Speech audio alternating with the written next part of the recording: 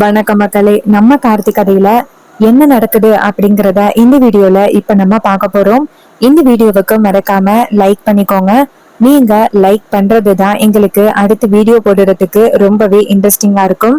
So மறக்காம like பண்ணிட்டு இந்த வீடியோவை பாருங்க.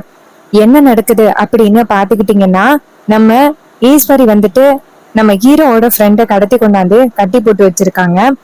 ஈஸ்வரி கேக்குறாங்க, இப்ப உண்மைய சொல்ல போறியா இல்லையா? நீ அந்த பரமேஸ்வரியோட பேரன் இல்ல அப்படின்னா உண்மையான பேரன் யாரு அப்படின்னு கேக்குறாங்க. அதுக்கு நம்ம ராஜா சொல்றாரு, இங்க பாருங்க மேடம், என்னை நடிக்க சொன்னாங்க, எனக்கு காசு கொடுத்து, அதனால நடிச்சேன். மத்தபடி உண்மையான பேரன் யாரு அப்படிங்கறது எனக்கு தெரியாது. தயவு செஞ்சு என்னை விட்டுருங்க அப்படின்னு சொல்லிட்டு அவரு கெஞ்சுறாரு. இது கேட்டதும் ஈஸ்வரி சொல்றாங்க, இங்க பாரு, உண்மைய சொல்லிட்டேன்னா உனக்கு எந்தவித பிரச்சனையும் இல்ல. அப்ப அவர் சொல்றாரு, இங்க பாருங்க, நான் உண்மையதான் சொல்றேன் அப்படின்னு.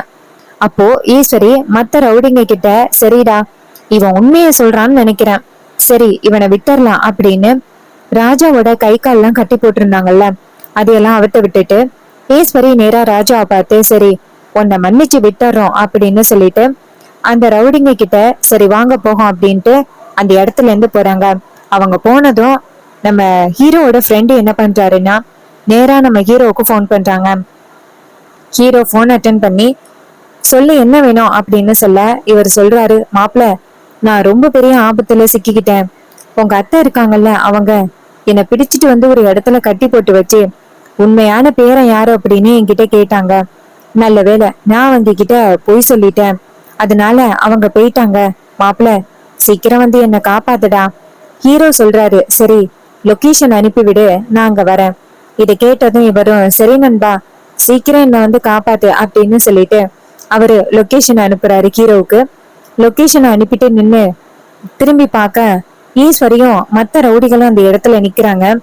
ராஜா அதை பார்த்ததோட அதிர்ச்சி ஆகுறாரு. ஈஸ்வரி சொல்றாங்க, எனக்கு அப்பவே தெரியும் நீ கண்டிப்பா இந்த மாதிரி போன் பண்ணுவ அப்படின்னு.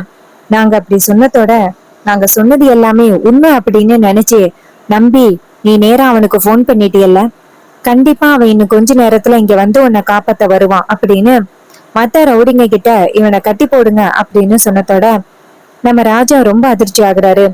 ரவுடிங்க இவரை மறுபடியும் கட்டி போடுறாங்க. அப்ப ராஜா என்ன பண்றாருன்னா, இங்க பாருங்க, என்னை விட்டுருங்க அப்படின்னு. ஈஸ்வரி சொல்றாங்க, அவன்கிட்ட இருந்து அந்த போனை வாங்குங்க, அந்த போன்ல உள்ளவன் கிட்ட நான் பேசணும் அப்படின்னு. ராஜா டக்குன்னு அந்த போனை தூக்கி தண்ணிக்குள்ள வீசிடுறாரு. அப்ப அந்த போன் தண்ணிக்குள்ள விழுந்ததோட கெட்டு போயிருது.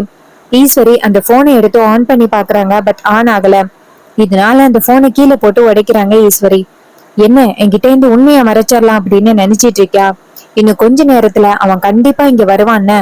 அவன் வந்ததோட அவன் யாரு அப்படிங்கறத நான் பாத்துக்கிறேன். போன் பண்ணி சொல்லிட்டியல்ல, நாங்க அப்படி பரவாயில்ல விடுங்க அப்படின்னு சொன்னதோட எங்களை நம்பிட்டியா? உங்ககிட்ட இருந்து உண்மையை எப்படியாவது வாங்கணும் அப்படிங்கறதுக்காக தான் நாங்க அப்படி நினைச்சோம். இவனை கட்டி போட்டுட்டு, டேய் அப்படியே வாயையும் கட்டி போடுங்கடா, அப்பதான் இவன் சத்தம் போட மாட்டான் அப்படின்னு சொன்னதோட ராஜா ரொம்ப அதிர்ச்சி ஆகுறாரு. ஐயோ, அத்தை பயங்கரமான நாடகத்தை போட்டு இப்படி உண்மையை கண்டுபிடிக்க போறாங்களே, இப்ப என்ன பண்றது அப்படின்னு அவரு பயப்படுறாரு. ஈஸ்வரி சொல்றாங்க, இங்க பாரு, இதுக்கப்புறம் ஏதாவது சத்தம் போட்ட அவ்வளவுதான், உண்மையான பேரை இன்னும் கொஞ்ச நேரத்துல இங்க வரப்போறான். அவன் வந்ததும் அவனை வெளுத்து கட்டிட்டு மறு வேலை பாக்குற அப்படின்னு ஈஸ்வரி அந்த இடத்துல இருந்து போயிட்டு ஒளிஞ்சுக்கிட்டு நிக்கிறாங்க. அப்போ ராஜா பயப்படுறாரு. ஐயோ, நான் வேற மாப்பிள்ளை கிட்ட லொகேஷன் அனுப்பி என்னை காப்பாத்து அப்படின்னு சொல்லிட்டேனே, இன்னும் கொஞ்ச நேரத்துல மாப்பிள்ளை என்னை காப்பாத்த வருவானே, இப்ப என்ன பண்றது அப்படின்னு அவர் உட்கார்ந்துருக்காரு. அப்போ ஈஸ்வரியும் அந்த ரவுடிங்களும் ஒளிஞ்சுக்கிட்டு இருக்காங்க. அப்ப ஹீரோ காரை கொண்டாந்து நிப்பாட்டுறாரு. அதுக்கு முன்னாடியே ஈஸ்வரியோட கார் கிடக்கல, அந்த காரை கொண்டு போய் வேற இடத்துல நிப்பாட்டி போட்டுறாங்க. வர்ற ஹீரோவுக்கு தெரியக்கூடாது அப்படிங்கறதுக்காக ஹீரோ கொண்டாந்து காரை நிப்பாட்டி போட்டுட்டு ஒரு புகை வர்ற மாதிரி ஒரு மிஷின் இருக்கு, அதை கொண்டாந்து அந்த ரூமுக்குள்ள வீசிடுறாரு ஹீரோ. இது உள்ளார இருக்கிறவங்க யாருக்குமே தெரியல.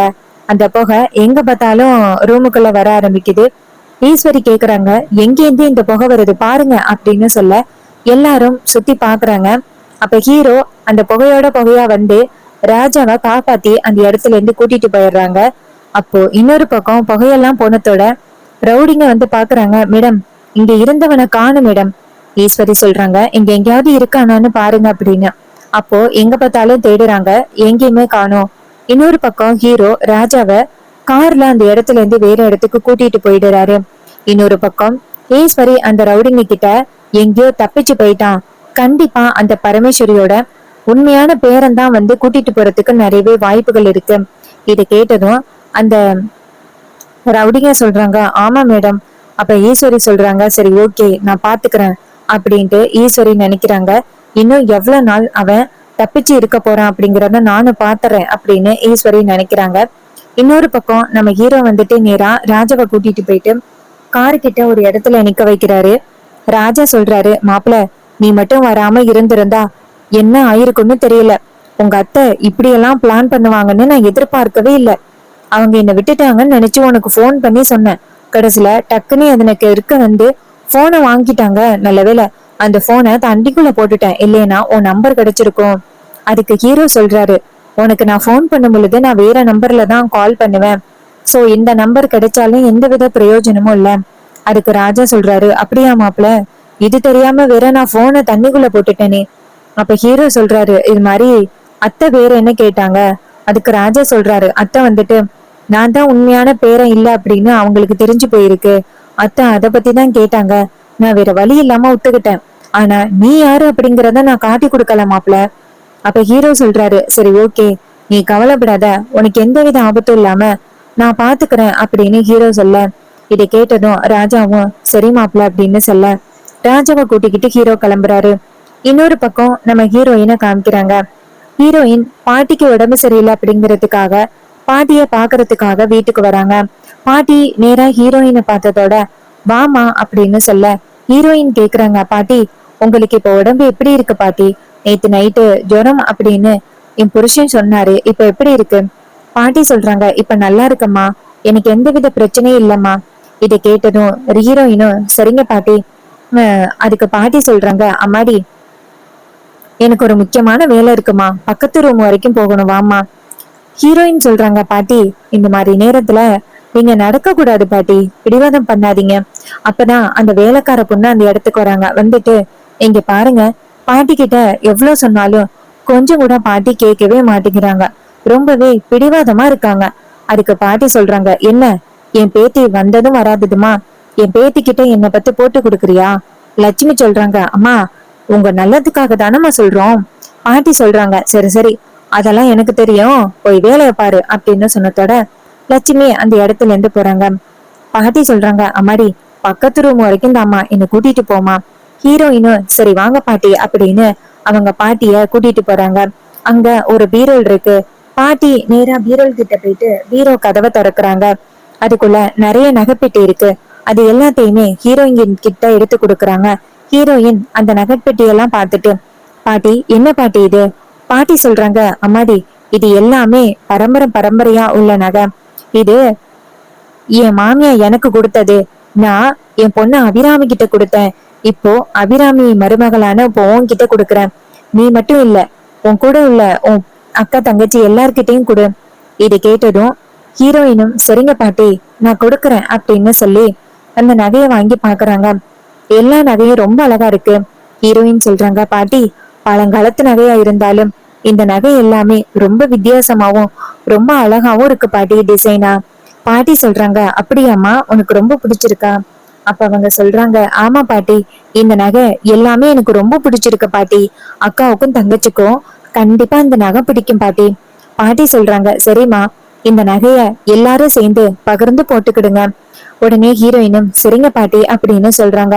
அப்ப பாட்டி ஒரு பெட்டியை எடுத்துட்டு டக்குன்னு உள்ளார வைக்கிறாங்க, வேண்டாம் அப்படின்னு. ஹீரோயின் கேக்குறாங்க, என்ன பாட்டி அந்த பெட்டியில என்ன இருக்கு? பாட்டி சொல்றாங்க, அம்மாடி அது வேண்டாமா. ஹீரோயின் கேக்குறாங்க, சொல்லுங்க பாட்டி அந்த பெட்டியில என்ன இருக்கு?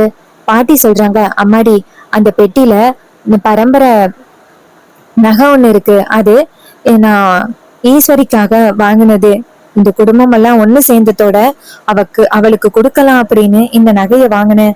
ஆனா கடைசி வரைக்கும் இந்த குடும்பம் ஒண்ணு சேர முடியாம போயிருச்சு. இதுக்கப்புறமும் ஒண்ணு சேருமா அப்படின்னு எனக்கு சந்தேகமா இருக்கு. அதாமா இந்த நகையை கொடுக்க வேணாம்னு நினைச்சேன். ஹீரோயின் சொல்றாங்க, பாட்டி அந்த நகையை கொடுங்க, நான் அம்மா கிட்ட கொடுக்கறேன், கண்டிப்பா அம்மா இந்த நகையை வாங்கிப்பாங்க, கொடுங்க பாட்டி அப்படின்னு சொன்னதோட பாட்டியும் அப்படியாம்மா அப்ப ஹீரோயின் சொல்றாங்க, ஆமா பாட்டி, நான் அம்மா கிட்ட கொண்டு போய் இந்த நகையை கொடுக்கறேன். அப்ப பாட்டி ரொம்ப சந்தோஷப்பட்டு சரிம்மா அப்படின்ட்டு அந்த நகைய நேரா ஹீரோயினோட கையில கொடுக்கறாங்க. ஹீரோயின் அந்த நகையை வாங்கிக்கிட்டு சரிங்க பாட்டி, நான் போயிட்டு வரேன் அப்படின்னு சொல்ல, பாட்டி சொல்றாங்க, அம்மாடி, நீ நகையெல்லாம் கொண்டுட்டு போற, பார்த்து பத்திரமா போ. ஹீரோயின் சொல்றாங்க, சரிங்க பாட்டி, நான் பார்த்து பத்திரமா போறேன் அப்படின்னு எல்லா நகையும் வாங்கி கட்டப்பைக்குள்ள வச்சுக்கிட்டு நேரா வீட்டுக்கு வராங்க. வீட்டுல எல்லாரும் இருக்காங்க. அப்ப ஹீரோயின் நேரா கட்டப்பை கொண்டுட்டு வரத பார்த்துட்டு மயிலு கேக்குறாரு, என்ன இது, ரேவதி பெரிய பையோட வந்துகிட்டு இருக்கா, என்ன ஷாப்பிங்கா? அப்ப ஹீரோயின் சொல்றாங்க, இது மாதிரி நான் பாட்டி வீட்டுக்கு போனேன், பாட்டி பரம்பரை நகை எல்லாத்தையுமே கொடுத்தாங்க, அத நம்ம எல்லாரும் போட்டுக்கணும் அப்படின்னு ஆசைப்பட்டாங்க, அதான் இத கொண்டுட்டு வந்தேன். இத கேட்டதும் ரோஹிணி எல்லாருமே சந்தோஷப்படுறாங்க. அப்போ நம்ம சுவாதி எல்லா நகையும் எடுத்து பாக்குறாங்க. ரோஹிணியும் பாக்குறாங்க. ரோஹிணி அவங்க ஹஸ்பண்ட் கிட்ட நகையை காமிச்சு, பாத்தீங்களா இந்த நகை எவ்வளவு சூப்பரா இருக்கு, பழங்காலத்து நகை மாதிரி இருக்கு, ஆனா டிசைன்லாம் ரொம்ப சூப்பரா இருக்கு அப்படின்னு சொல்லிட்டு பேசிக்கிட்டு இருக்காங்க. அடுத்ததா சுவாதி வந்துட்டு ஒரு நகையை பாத்துக்கிட்டு இருக்காங்க, ரொம்ப சூப்பரா இருக்கு அப்படின்னு. அப்போ ராஜா என்ன பண்றாருன்னா, ஒரு செயினை எடுத்து சுவாதி கிட்ட கொடுத்து இதையும் போட்டுக்க அப்படின்னு சொல்லி கொடுக்குறாங்க. அப்புறமா எல்லாரும் நகைய பாத்துக்கிட்டு இருக்காங்க. அப்ப மயிலு கேக்குறாரு, சகல, நமக்கெல்லாம் இந்த கையில காப்பு மோதிரம் அதெல்லாம் எதுவும் இல்ல போல. அப்ப ஹீரோ சொல்றாரு, சரி இருங்க வரேன் அப்படின்ட்டு ஹீரோ போறாரு. இது எல்லாத்தையுமே அந்த வில்லி பாத்துக்கிட்டு இருக்காங்க. எப்படா அக்கா வருவா, அக்கா கிட்ட போட்டு விட்டு சண்டைய உருவாக்கலாம் அப்படின்னு வில்லி காத்துக்கிட்டு இருக்காங்க. அப்பதான் நம்ம ஹீரோயின் ஒரு நகையை எடுத்து காமிக்க, அந்த நகையை பார்த்துட்டு எல்லாருமே எல்லாத்தையும் விட இந்த நகை ரொம்ப சூப்பரா இருக்கு அப்படின்னு சொல்ல, ஹீரோயின் சொல்றாங்க, இத பாட்டி வந்துட்டு அம்மாவுக்காக எடுத்து வச்சிருந்தாங்களாம், இத அம்மா கிட்ட கொடுக்க சொன்னாங்க. அப்போ ஈஸ்வரி அந்த இடத்துக்கு வராங்க. வந்துட்டு என்ன நடக்குதுங்க அப்படின்னு கேக்குறாங்க. அப்பதான் வில்லி அந்த இடத்துக்கு வந்துட்டு, அக்கா நீ எப்ப வருவ அப்படின்னு காத்துக்கிட்டு இருந்த, பாத்தியா அக்கா கூட்ட, அந்த கிழவி நகையெல்லாம் கொடுத்து விட்டுருக்கா, அதையும் கொஞ்சம் கூட வைக்கவே இல்லாம ரேவதி வாங்கிட்டு வந்து போட போறாளாம். இது வரைக்கும் நீ உன் பொண்ணுங்களுக்கு நகையே வாங்கி கொடுத்தது இல்லையா, இப்படி நகைய பார்த்ததோட இப்படி பேயா பறக்குறா அப்படின்னு. அப்ப மயில சொல்றாரு, அத்தை எப்ப அத்தை வருவாங்க, எப்ப போட்டு கொடுக்கலாம் அப்படின்னு காத்துக்கிட்டு இருந்தீங்களா? அதுக்கு வில்லி சொல்றாங்க, இங்க பாருங்க, நான் நடந்ததை தான் சொல்றேன், இந்த மாதிரி அடுத்தவங்க கிட்ட இரவல் வாங்கி போடுற அளவுக்கா என் அக்கா கறி பொண்ணுங்களை வளர்த்து வச்சிருக்கா அப்படின்னு. அப்ப ஈஸ்வரி கோவப்படுறாங்க. ஏற்கனவே பயங்கர கோவத்தோட வந்திருக்காங்க, இதுல இந்த சம்பவம் வேற நடக்குதா, அதனால ஈஸ்வரிக்கு இன்னும் கோவம் அதிகமாயிருச்சு. அப்போ ரேவதி வந்துட்டு அவங்க அம்மா கிட்ட, அம்மா இந்த நகை உங்களுக்கு ரொம்ப பிடிச்சிருக்காமா, பாட்டி உங்களுக்காக இந்த நகையை வாங்கி வச்சிருந்தாங்களாம், போட்டு பாருங்கம்மா, இந்த நகை உங்களுக்கு ரொம்ப சூப்பரா இருக்கும். அப்ப ஈஸ்வரி அந்த நகையை வாங்கி தூக்கி வீசுறாங்க. இத பார்த்ததும் அங்க உள்ளவங்க எல்லாருக்குமே அதிர்ச்சி, சந்திராவுக்கு ரொம்ப சந்தோஷம். அப்போ ராஜா கேக்குறாரு, என்னம்மா ஈஸ்வரி, அம்மா உனக்காக இந்த நகையை வாங்கி கொடுத்திருக்காங்க, இந்த நகைய இப்படி தூக்கி வீசுற? அதுக்கு ஈஸ்வரி சொல்றாங்க, ஏன் என் வீட்டுல எந்த நகையும் இல்லையா, அவளோட நகையை தான் வாங்கி நாங்க எல்லாரும் போட்டுக்கணுமா? ஏன் ரேவதி இப்படி இரவல் வாங்கிட்டு வந்திருக்கியே, உனக்கு கொஞ்சம் கூட வெக்கமாவே இல்ல?